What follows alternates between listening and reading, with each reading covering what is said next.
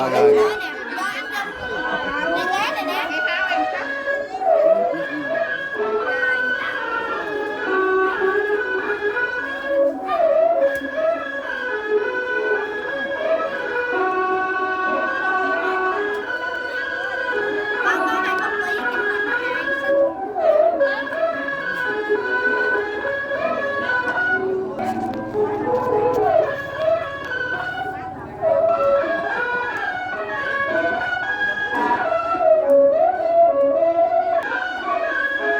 cho ra con nó đạp đá nó cho đạp đá nha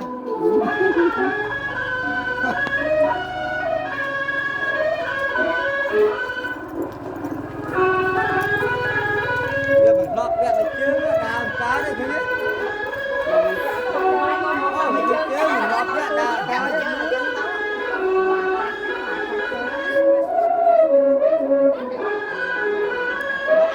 Mà anh bè phải chơi với máu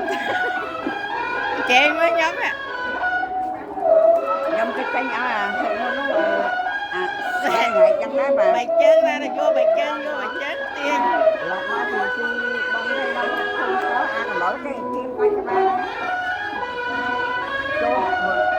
cái quan chơi còn tôi biết ấy là nó hàng quan chơi có hàng lịch bạc đi còn thấy mình chơi còn còn cái nói á quay đặt sàn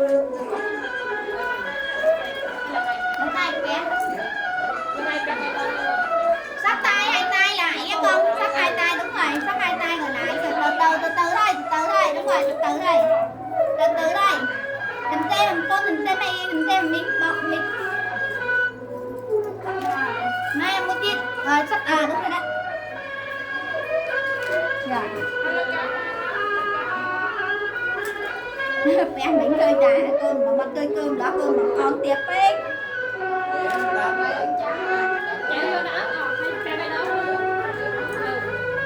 từ từ con từ từ lại từ từ đặng chị phải coi này không ăn lại từ từ á đặng cho thấy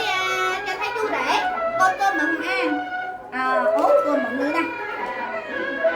lại nó đây lại từ từ đây cho thấy chú rể gì con mỏng lưng này tiên mỏng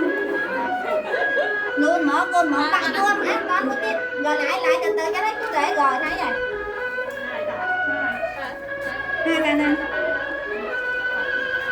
con một cái cắt luôn đây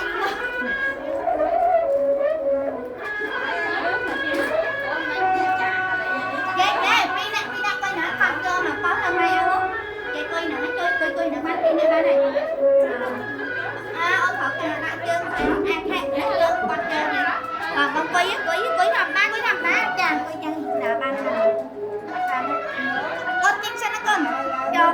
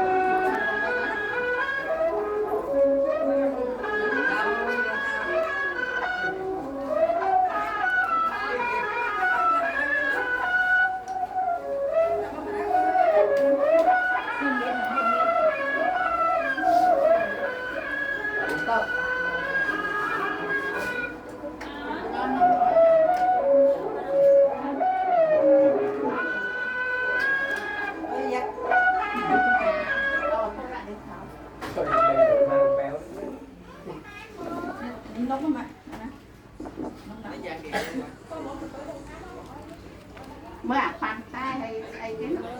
vừa lại thôi tin nó vào dân bọc kém tin bà dân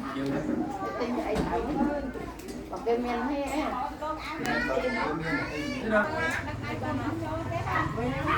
con bay nó như cái ba nó để cho con nó khao nó cho ba nó mấy ba cho lại nói để làm khao cho chúa hai đó khao lại ra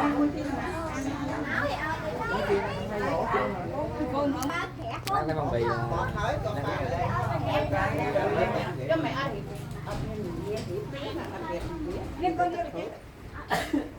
ấy người tìm mò đấy cho nè ra rồi đi ăn vô lại vô à khăn năng phi thì nó khăn năng gì á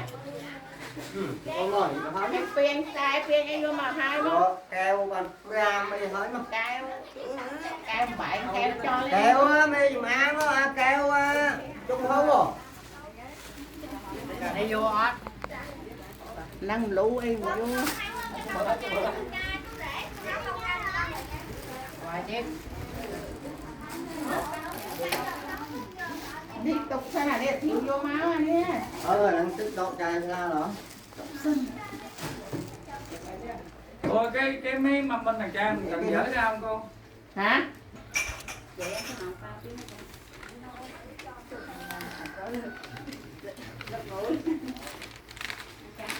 thì Lấy ở cái này vậy. anh làm nó làm Cái bí ấy. Tạm tiêu, bạn bí vậy rồi mũi ba đấy. cho tôi đâu mà cản cản